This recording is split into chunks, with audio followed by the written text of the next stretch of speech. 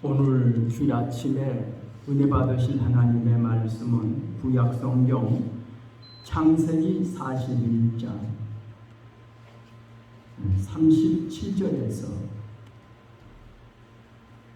46절 45절 말씀까지 보도록 하겠습니다. 창세기 41장 37절에서 45절까지만 봅니다.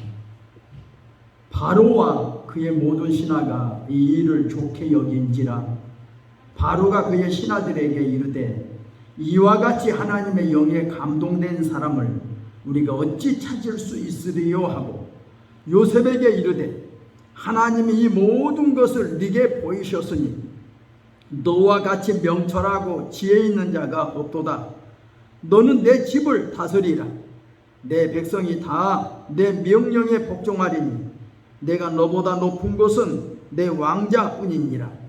바로가 또 요셉에게 이르되 내가 너를 애굽 온 땅의 총리가 되게 하노라 하고 자기의 인장 반지를 빼어 요셉의 손에 끼우고 그에게 세마포 옷을 입히고 금사슬을 목에 걸고 자기에게 있는 버금 수레에 그를 태우매 무리가 그의 앞에서 소리 지르기를 엎드리라 하더라.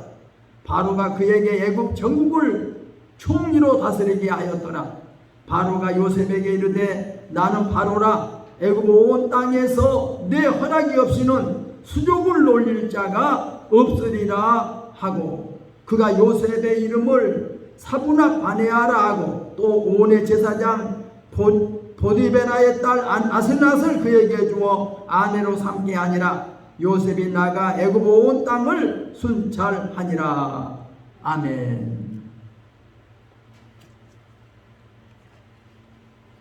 오늘 주일 아침에는 오늘 본문 말씀을 중심으로 요셉의 성공이라고 하는 이런 주제로 저와 여러분이 함께 은혜를 받고자 합니다. 요셉, 우리가 말할 때 그는 어려서 꿈을 꾸었다. 우리가 아롱다롱 채색옷 사랑받는 요셉, 넓고 넓은 들에서 꿈을 꾸었네. 단 하나를 쌓고 11단위 꾸법, 해와 달과 11별 모두 절했네. 참 어려서 꿈을 꾸고 그 꿈 때문에 형들은 요셉을 미워하고 아버지는 그 꿈을 그 마음에 두었더라. 요셉은 그 꿈대로 이루어졌습니다. 오늘 본문의 말씀을 보면 요셉이 어려서 꿈을 꾼 그 꿈이 현실이 된 것을 오늘 본문은 이렇게 기록하고 있습니다.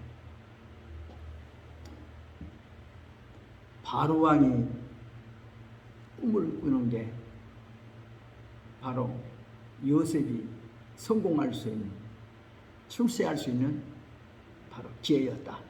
이것은 하나님이 예정하신 것이었다고 우리는 성경을 통해서 알게 됩니다. 요셉이 바로왕의 꿈 이야기를 듣게 되죠. 그 이야기를 듣고 나서 요셉이 말합니다. 하나님이 하실 일을 미리 왕에게 보여주셨습니다.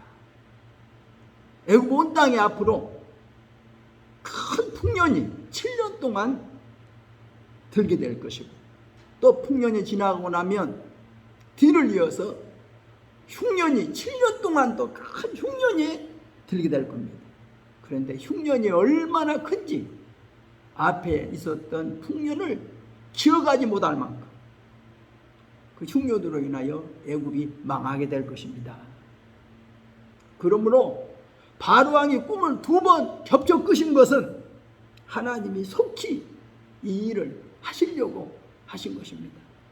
그러므로 바로왕께서는 명철하고 지혜로운 사람을 택하여 애굽 땅을 다스리게 하시고 또 나라 안에 감독관들을 세워 7년 풍년 때 수확의 5분의 1을 내 곡물을 백성들로부터 거두어다가 그 곡물을 각 성읍 창고에 쌓아두었다가 7년, 흉년이 들면 그 대비하는 것이 좋을 것입니다. 그러면 애굽이 망하지 않을 것입니다. 이런 말을 하게 됩니다. 바로 왕이 자기의 꿈 해석을 하는 이야기를 듣고 또 요셉이 그 후에 될 일에 대해서 하는 이야기까지 듣고 난 다음에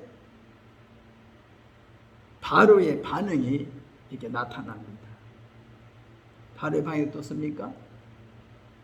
바로와 그의 신하들이 듣고 좋게 여겼더라. 우리가 하나님께서 하셔야 돼요. 사람이 아무리 계획을 세워도 발걸음을 인도하시는 분은 하나님이시다고. 하나님께서 지금 요셉의 발걸음을 여기까지 인도하신 겁니다. 하나님이 요셉을 형들의 미움 사서 애굽으로 종으로 팔려가게 한 것도 하나님 인도하신 것이고, 애굽에 가서 보디발 집에 가서 종으로 살다가 또 억울한 누명쓰고 감옥에 들어간 것도 하나님이 하게 하신 것이고, 또 감옥에서 바로 왕의 술 간원장을 만나게 하신 것도 하나님이 하신 일이고, 또 2년 후에 이제 바로 왕의 꿈을 꾸게 하고 그 꿈 해석자로 지목된 것도 하나님이 하게 하신 것이었다. 그러니까 우리 하나님께서 하신 일은요, 우리 인간의 계산 밖에서 하십니다. 하나님 하신 거죠. 요셉이 감옥 생활, 지난날에 억울한 노예 생활, 지난날에 13년이 얼마나 억울하고 슬픈 세월이었습니다. 그런데 하나님은 그 눈에 흐르는 눈물을 다 닦아주었어요. 13년 만에 생각지도 아니했던 이런 일들을 하나님이 계획하시고 하나님이 지금 진행하셨다는 것을 우리는 성경을 통해서 알게 됩니다. 그때 바로가 말하지요. 그의 신하들에게, 이와 같이 하나님의 영에 감동된 사람 우리가 어디서 찾을 수 있겠느냐. 그리고 요셉에게 말합니다. 하나님이 이 모든 것을 네게 보이셨으니 너와 같이 명철하고 지혜 있는 자가 없다. 내가 너를 애굽 온 땅의 총리로 임명하노라. 이렇게 하고 그의 인장 반지를 떼어서 요셉의 손에 끼워줍니다. 바로 그것은 뭡니까? 모든 고난을 네게 준다 하는 거죠. 고난을 네게 준다. 자, 생각지도 아니했던 하나님께서 바로의 권력이 바로 요셉에게 이양이 됩니다. 그리고 또 말하면 너는 내 집을 다스리라. 내 백성이 다 내 명령에 복종하리니 내가 너보다 높은 것은 내 왕자뿐이다. 그리고 모든 권력을 바로 요셉에게 이양시켜줬다고 하는 것이죠. 그리고 또 바로가 자기의 그 요셉에게 세마포 옷을 입혀줍니다. 이제 너는 고관이라는 거죠. 고관의 의상을 입혀주는 거죠. 지금까지는 포로로 노예처럼 살았는데 그 옷을 다 벗기고 이제 아주 고관의 옷을 입혀주고 금사슬을 목에다가 걸어주고 버금술에 바로 총리 전용 자가용을 하나 내준 거죠. 우리가 오늘 말하면 전용 아주 승용차를 내준 거죠. 생각지도 아니한 일이 바로 요셉에게 바로 생긴 겁니다. 오늘 우리가 하나님께서 하신 일을 보면 사람의 계획대로 되지 않는다는 것을 우리는 알아야 됩니다. 요즘도 우리나라 지금 대선 후보 누가 대선 후보예요? 오를 것이고 누가 대통령이 될 것인가 지금 서로 야단입니다. 정말 다 내가 대통령 갑니다. 내가 대통령 갑니다. 나를 대통령으로 뽑아달라고 다들 야단입니다.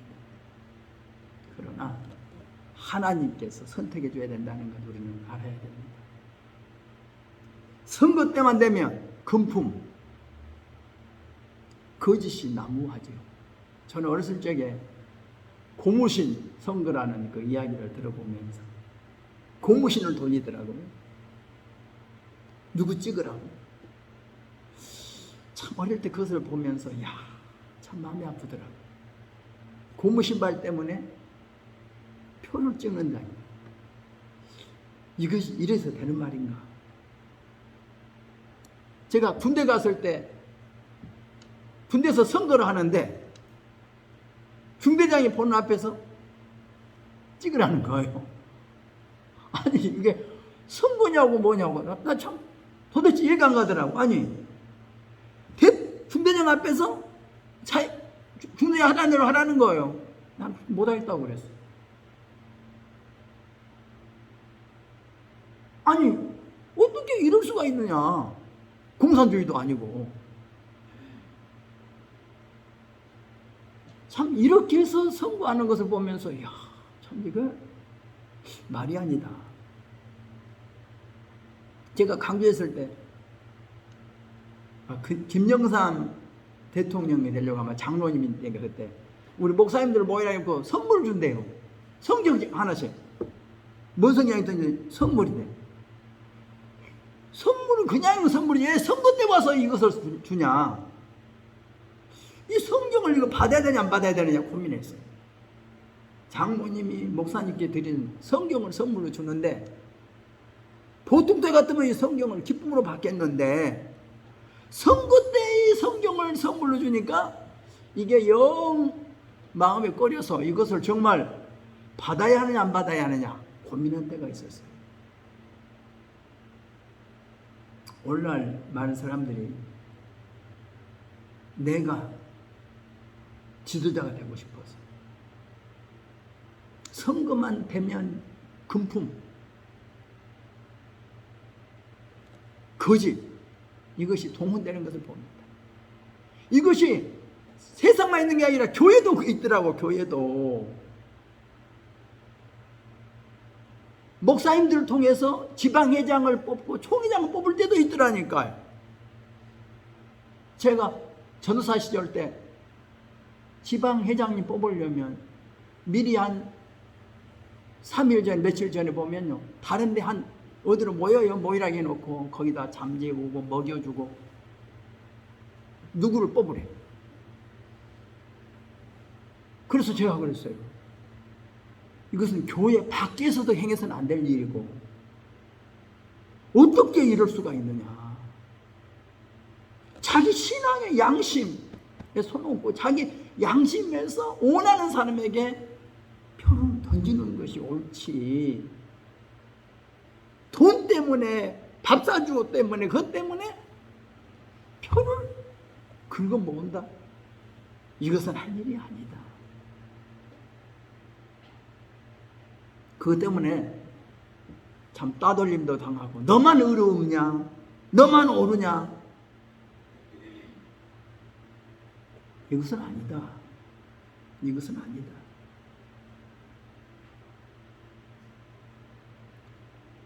제가 신학교 때 우리 기숙사 사생회장을 뽑는데 기숙사 사생회장 해가 한 기숙사생이 한 7, 80명 되니까 사생회장 하면 상당히 고난이 있어요. 예. 기숙사비 전체 면제받고 또 사생회장 되면 상당히 좀 힘이 있거든요. 그러니까 서로가 되려고 야단이에요. 전에 사생회장들이 하는 불법들을 보면서 너무나 마음이 아팠어요. 사생회장들이 꼭 되면 그 기숙사비 한 달에 5, 6천만 원, 5, 6천 원씩 내는데 거기에서 그 돈 빼먹느라고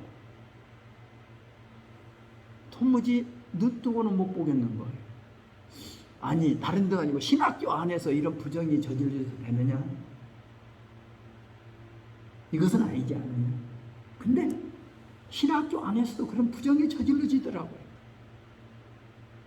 선거 때만 되면 동기들 불러다가 통닭 사주고 밥 사줘가면서 선거운동하고 후배들한테 그냥 그렇게 하고.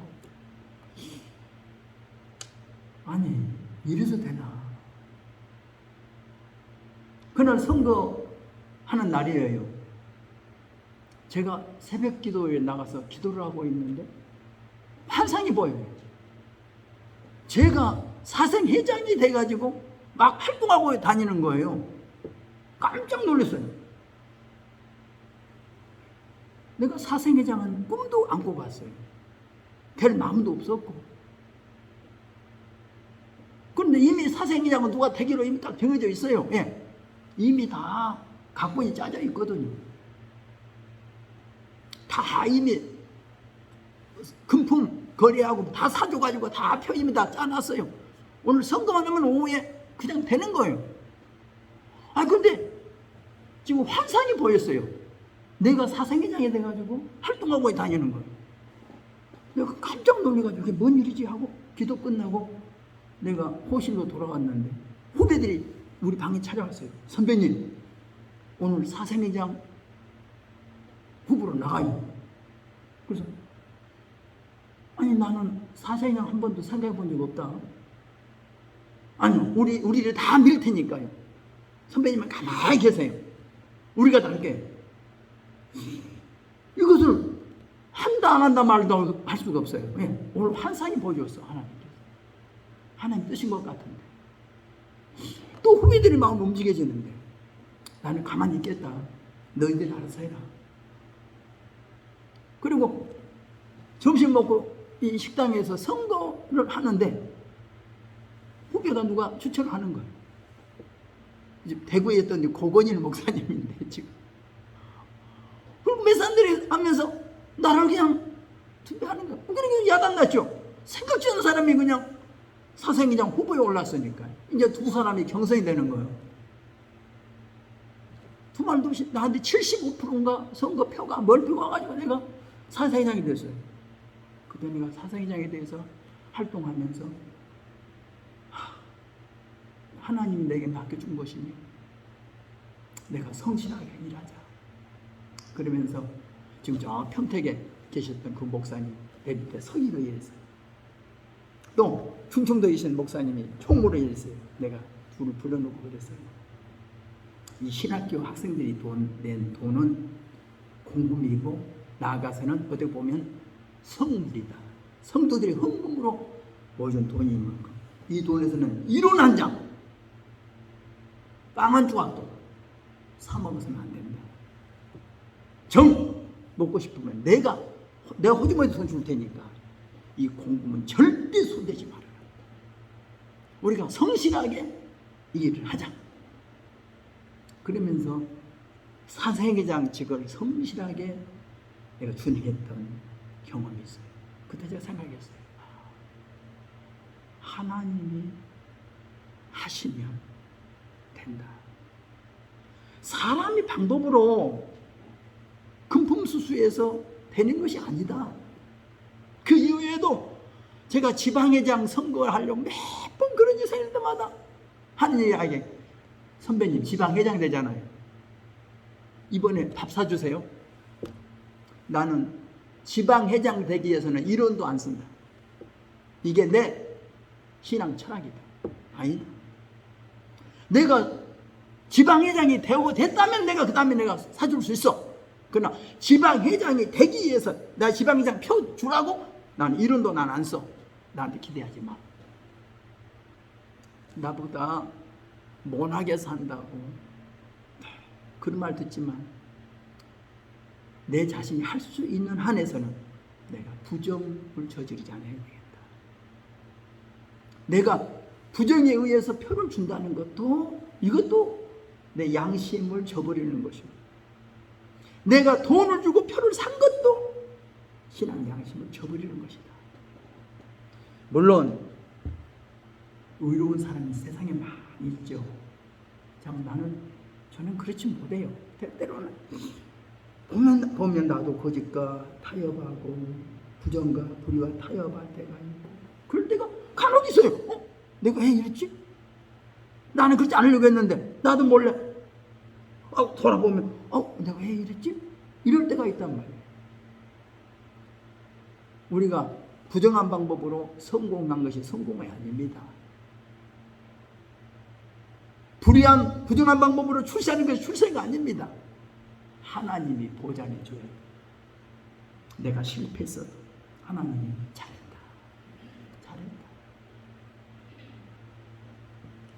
우리가 세상에서 인간의 방법 가지고 성공하려고 출세하려고 하지 말고 좀 정직하게 얼마나 좋을까 생각합니다. 요즘 보십시오. 부정한 방법으로 되어진 일이 얼마나 참 세상을 혼란스럽게 만드는지 생각을 합니다. 그래서 저는 오늘 이거 보면서 하나님이 요셉을 총리 대신 내게 줬다는 겁니다. 요셉이 총리 되고 싶어서 뭐 한 게 아니잖아요. 하나님이 하게 하셨다는 말이에요. 그러므로 우리가 세상 살면서 정말 하나님 앞에서 좀 의롭게 좀 바르게 살았으면 좋겠다 이런 생각합니다. 우리가 가장 중요한 것은 뭡니까? 자기 부인, 자기 중심을 버려야 돼. 자기 사랑이에요. 우리 단체 사진 하나 찍어서도 제일 먼저 누구를 봐요? 내 얼굴 어떻게 나왔지? 이거 먼저 봐요. 내 모습이 잘못 나와서 3번은 잘못 찍힌 거예요. 다른 사람 다 잘 찍혔어. 내가 잘 찍었어야지. 내가 잘못하고 있는 모습이 찍혔으면 안 좋아. 우리는 내가 너무 커요. 우리 한국 사람은 그러잖아요. 개인은 강하고 우리는 약하다고. 미국 가서 우리 사이가 나하고 중국 타운을 한번 돌면서 그 이야기 하더라고요. 중국 사람들은 참 단체가 강해요.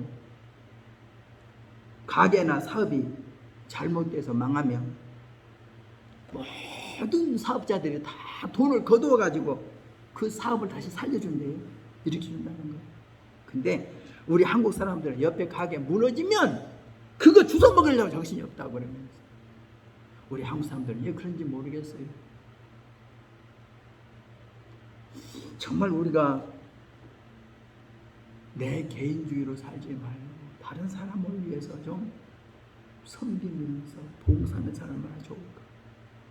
나만이 잘된 게 아니라 우리가 잘 돼야지. 이것이 아주 중요한 것이다 생각합니다. 여기서 두 번째 생각은 뭡니까? 요셉의 경제정책이죠. 한마디로 저축입니다. 47절 49절 읽어보면 7년 풍년을 잘 관리했다가 다가오는 7년 흉년을 대비했다고 하는 지혜로운 마음입니다. 우리는 있으면 있는 대로 먹고 있는 대로 쓰고 있는 대로 다 허비해버리고 난 다음에 어려워지면 그때 없어서 어려움 당하는 사람 많이 있죠. 그러나 우리는 돈이 있든지 없든지 내게 소비 습관이 잘 길러져야 돼요.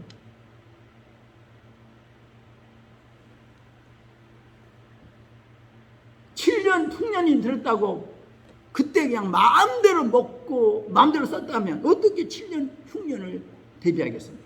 하나님은 미리서 알려줬어요. 7년 풍년의 곡식을 다 쓰지 말고 이것을 5분의 1씩 다 거두어다가 저장했다가 다가오는 7년 흉년에 대하여 잘 대비해라. 하나님이 요셉에게 알려준 지혜 아닙니까? 우리가 있을 때 누구나 잘 먹고 잘 입고 잘 쓰고 싶지요. 그러나 중요한 것은 내가 한 달 월급이 얼마였는데 한 달 마지막 결산할 때 남았느냐 빚졌느냐 모자랐느냐 둘 중에 세 가지잖아요. 남았든지 모자랐든지 빚졌든지. 우리는 내 생활에서 아무리 생활이 많든 적든 남기는 습관, 저축하는 습관을 길러야 돼. 제가 항상 우리 집사람 감사한 것은 2만 원 생활비 받을 때도 꼭 저축하더라고요. 우리 집사람. 저는 목회할 때 2만 원 받고 출발했거든요. 3만 원 받을 때도, 5만 원 받을 때도, 7만 원 받을 때도, 10만 원 받을 때도, 12만 원, 15만 원, 25만 원, 뭐 30만 원 이렇게 이제 받아내가 갔었는데, 언제나 아무리 생활이 적다 해서 내가 우리 집에 가서 쌀 없다고 쌀 주라고, 돈 없다고 돈 꾸러 가본 적 없어요. 내가 돈 없다고 어디가 돈 빌리러 가거나 생활비 없다고 내가 사정하러 안 갔어요. 내게 있는 대로 쓰자. 있는 대로 쓰자.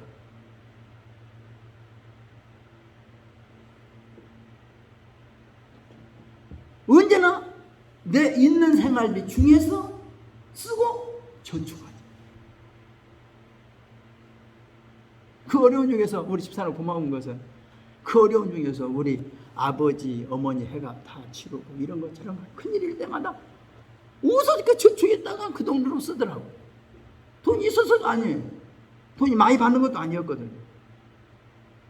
제가 부목사 생활할 때 최고로 30만 원 받으라고 최고 많이 받은 거 그때 야 얼마나 풍성한지 모르겠더라고요.